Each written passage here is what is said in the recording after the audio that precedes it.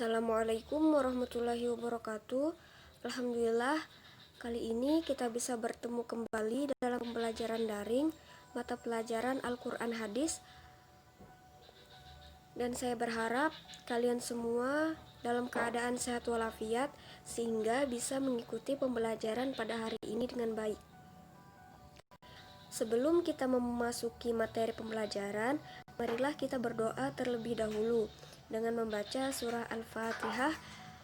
Ila hadratin Nabi Mustafa Al-Fatihah.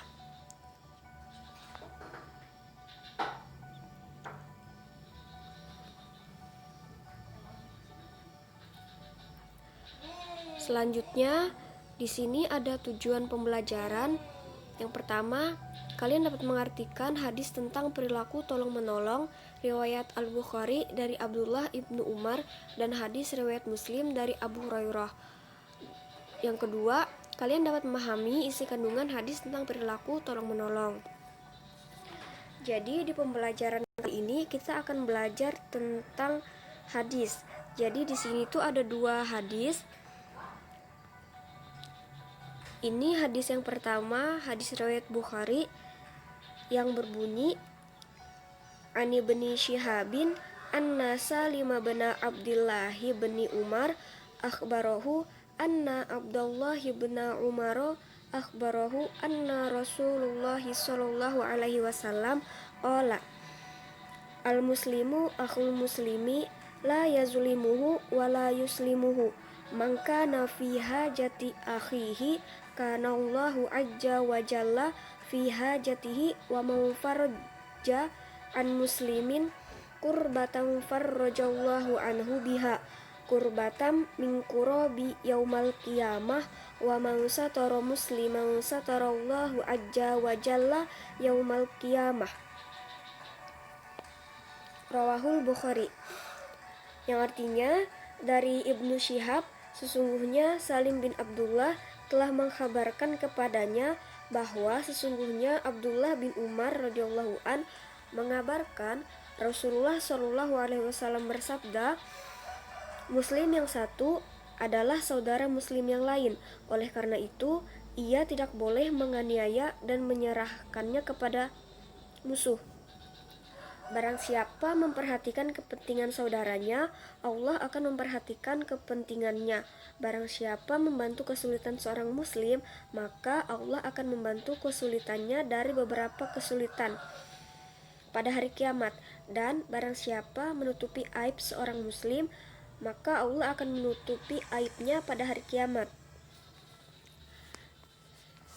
Selanjutnya, hadis yang kedua yang berbunyi Man nafasa am-mu'minin kurbatam min kurabid dunya nafasallahu anhu kurbatam min kurabil yaumil qiyamah wa may yassaru ala mu'siri yassarallahu alaihi fid dunya wal akhirah wa man satara musliman satarallahu fid dunya wal akhirah wallahu fi auni abdi maka al abdu fi auni akhihi. Rawahu Muslimun an Abi Hurairah. Yang artinya, barang siapa melapangkan seorang mukmin dari satu kesusahan dunia, Allah akan melapangkannya dari salah satu kesusahan di hari kiamat.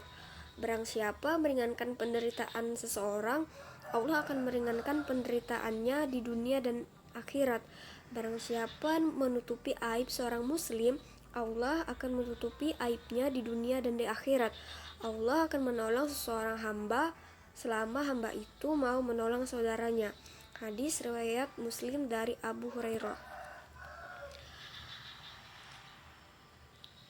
Jadi, penjelasan hadis ini, hadis yang pertama, Rasulullah SAW mengajarkan kita untuk saling menolong. Tolong-menolong atau ta'awun merupakan keharusan bagi setiap orang karena manusia tidak bisa hidup di dunia tanpa pertolongan orang lain. Setiap pekerjaan pasti membutuhkan kerjasama dengan orang lain. bentuknya dalam bentuk apapun itu. Di samping itu, tolong menolong dibutuhkan tidak hanya dalam urusan pekerjaan, melainkan dalam hal nasihat menasihati dan kebaikan, anjuran berbuat kebajikan, dan lain sebagainya.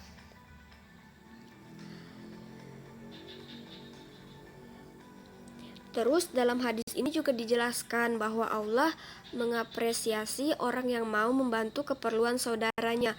Dia akan membantunya dalam memenuhi kebutuhan dan mengabulkan hajatnya. Seorang yang mau melepaskan kesusahan orang lain, ia akan dilepaskan dari kesusahannya di hari kiamat. Dan orang yang suka menutupi aib orang lain, maka aibnya pun akan ditutupi oleh Allah pada hari kiamat kelak.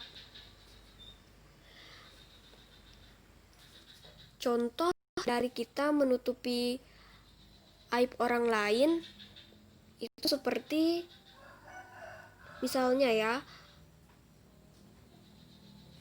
ada teman kalian yang menceritakan kejelekan teman kalian yang lain kepada kalian. Lalu kejelekan orang itu yang diceritakan kepada kalian itu tidak kalian sebarluaskan kembali kepada yang lainnya. Itu artinya kalian telah menutupi aib teman kalian sendiri. Dan di akhirat, ganjaran dari kalian menutupi aib teman kalian itu akan dibalas oleh Allah. Seperti itu. Lalu tentang hadis kedua, hadis ini menjelaskan tentang sikap hidup yang harus ditumbuh kembangkan dalam kehidupan bermasyarakat.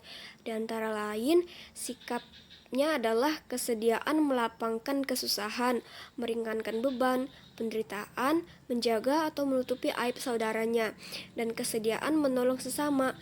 Jika sikap tersebut tertanam dalam dada seorang muslim, sekaligus menjadi karakter yang dipraktikkan dalam kehidupan sehari-hari, maka Allah akan membalas dengan balasan yang sama, dilapangkan, diringankan, ditutupi aibnya, dan memperoleh pertolongan Allah dan kesusahan-kesusahan pada hari kiamat.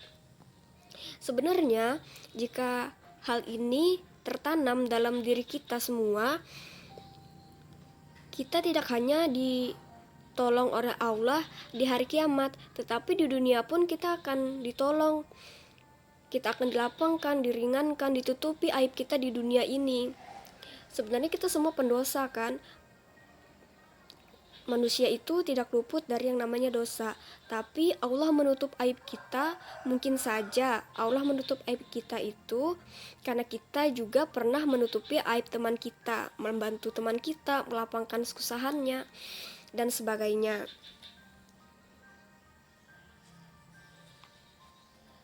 Jadi, Ibu harap dengan pembelajaran dua hadis pada hari ini, kalian bisa memahami maknanya, terus kalian bisa mengaplikasikannya, bisa meneladaninya di kehidupan kalian sehari-hari, agar kelak kita bisa menggapai ridho dari Allah Subhanahu wa Ta'ala. Mungkin sampai di sini materi pembelajaran kita pada pertemuan kedua. Terima kasih atas perhatian kalian. Minggu depan kita akan lanjut tentang hadis mencintai anak yatim. Sampai bertemu di minggu depan.